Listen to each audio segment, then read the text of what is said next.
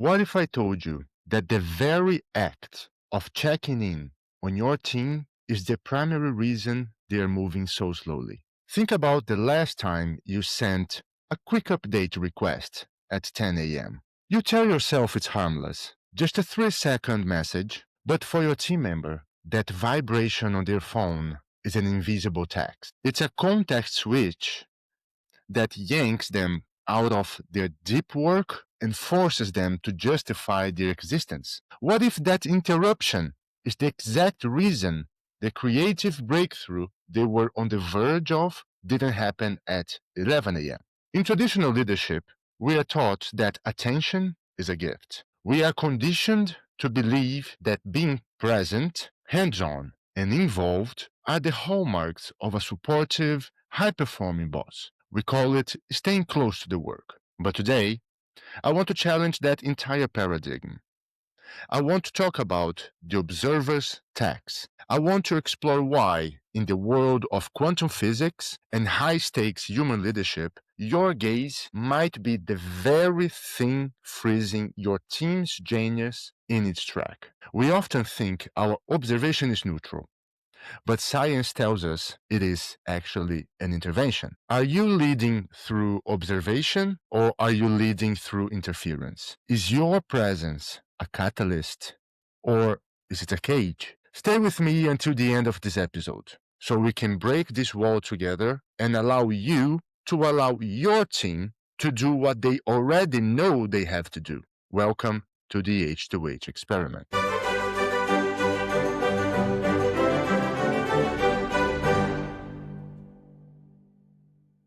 To understand this, we have to look at one of the strangest and most profound phenomena in quantum mechanics, the quantum Zeno effect. In the subatomic world, physicists study particles that are unstable.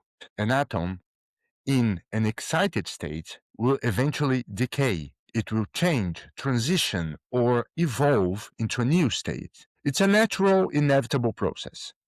But physicists discovered something that sounds like science fiction. If you observe that atom continuously, if you keep measuring it to see if it has changed yet, it won't. The act of constant observation actually freezes the atom in its current state. By measuring it, you reset its clock. You literally prevent the natural evolution of the system. In the physics community, they often call this the watched pot paradox. If you watch the pot with enough intensity, the water at a quantum level cannot boil.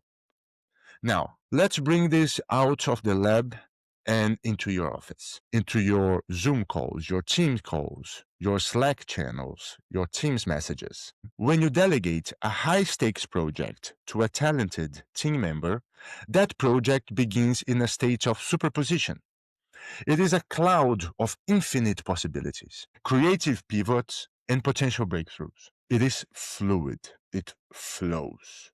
But the moment you check in prematurely, driven by your own internal anxiety or a primal fear of loss, you are performing a measurement. In that moment, you force that creative wave function to collapse. You aren't seeing the project for what it could be. You are forcing the team member to show you what it is right now. You are freezing them in your version of reality, pinning them to the floor of your expectations, rather than letting them tunnel through the obstacles into a reality you haven't even imagined yet. In leadership, the quantum Zeno effect is a silent killer of innovation.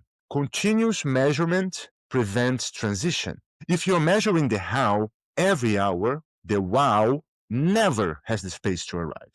Your observation is not a support system. It's a frequency jammer. Now, let's dig a little deeper into the human cost of this observation. It's not just a physics anomaly, it's a psychological one. The collapse of psychological safety.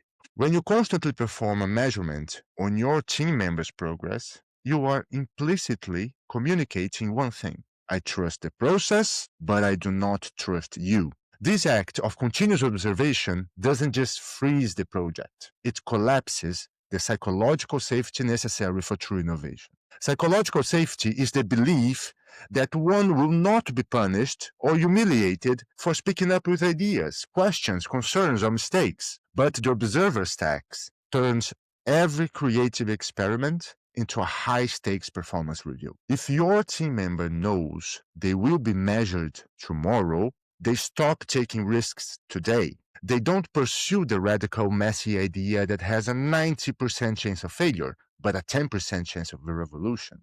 Instead, they pursue the safe, incremental 1.0 version they know will look good on the daily progress report. The moment you introduce an immediate measurement, you filter the signal. You lose the true creative spectrum of superposition and are only shown the most palatable, low-risk reality. Beyond the context switch, there is the massive cognitive load of report generation. A team member is not just stopping their work. They are putting on a suit for your impromptu meeting. They shift from creator mode to performer mode. As the manager in the mirror narrative realized, a huge chunk of their day is spent building a report for your peace of mind, not building the actual project. This is a profound misallocation of your company's most valuable resource, your talent, uninterrupted, deep cognitive energy. In this scenario, your team learns to work for your gaze in turns for the result. They are optimized for visibility, not velocity, not true performance. They are solving for your anxiety, not for the customer's problem. The quantum Zeno effect is our physics-based warning. Your constant presence is not a support system. It is an entropy blocker. It prevents the system, your team, from doing the natural, messy, necessary work for evolution.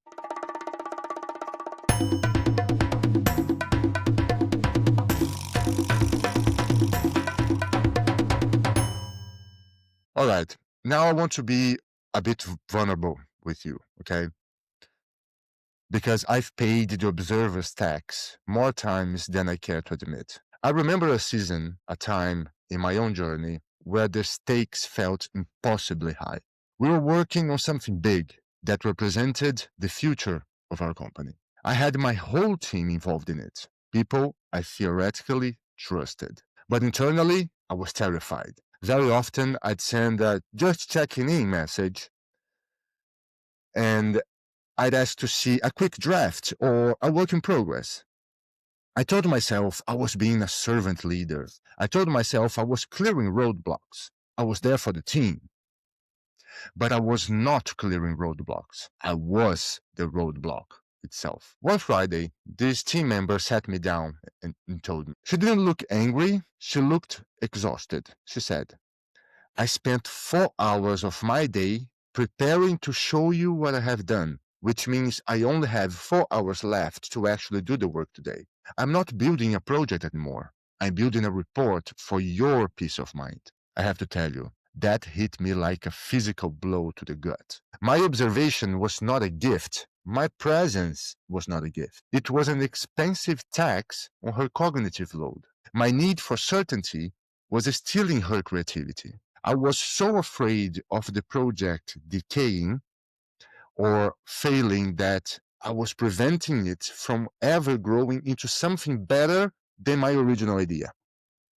I realized then that she wasn't the one under the microscope. I was. I was using her work as a mirror for my own unmanaged anxiety. I was measuring her progress to soothe the screaming voice in my head that whispered, if you don't control this, you will lose everything. You know which kind of voice I'm talking about, right? How many of your quick syncs are actually about the project's health, and how many are just about soothing the voice in your head that's afraid of losing control? When we micromanage, we are not protecting the business. We are protecting our own egos from the discomfort of the unknown. All right, now let's move to the very fun part of this episode, the H2H experiment of the week, okay?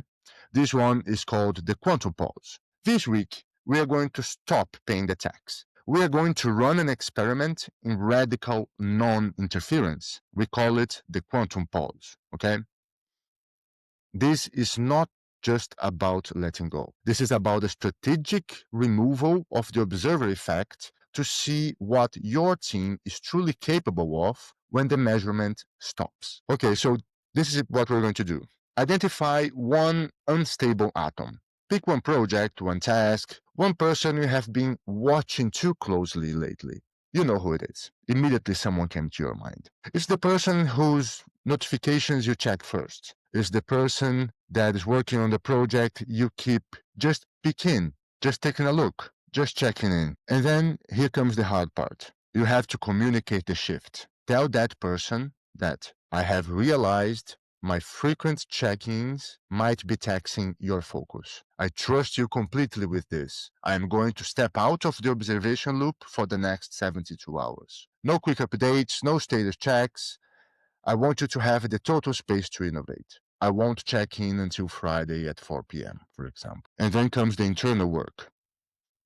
Over the next 3 days, you will feel a physical itch. Your brain, your amygdala, will scream at you to send a just wondering email. Don't do it. Instead, open your notes or use our H2H quantum pause tracker. I'll tell you more about it. And record the urge. Write down exactly what you're afraid will happen if you don't check in. Is it fear or failure? Is it a need to feel useful? Is it just a bad habit? Document the anxiety instead of projecting it onto your team. When the pause ends on Friday afternoon, in this case, observe the result. But don't just look at the output. Look at the person. Did the world collapse? Or did that team member tunnel through an obstacle they've been stuck on for weeks because you finally stopped staring at the wall they were trying to climb? Just go to the micro experiment section of our h2hexperiment.com website and check it out. It's under the quantum pause micro experiment and it's called the H2H quantum pause tracker. That's the one that I mentioned before. So go check it out. It's going to be very helpful for you to go through this process. All right, now let's wrap up this episode. Leadership is not the act of watching people work. It is the act of creating the sacred vacuum in which others have the permission to grow. Your team doesn't need an spectator. They need a space maker. Go build some space this week. Remove the tax. Trust the wave function. Thank you so much for listening to the H2H experiment. If this resonated, if you felt that Zeno urge while listening, I invite you to check out our new tracker tool to help you navigate the discomfort of non-observation. Also, check out our website, the h2hexperiment.com, for weekly articles and other podcast episodes. You can also get our books about the HX Revolution series on Amazon, because in the H2H world, trust isn't just a warm feeling. It's a sophisticated, physics-based strategy for the future of work. Thank you once again. Bye.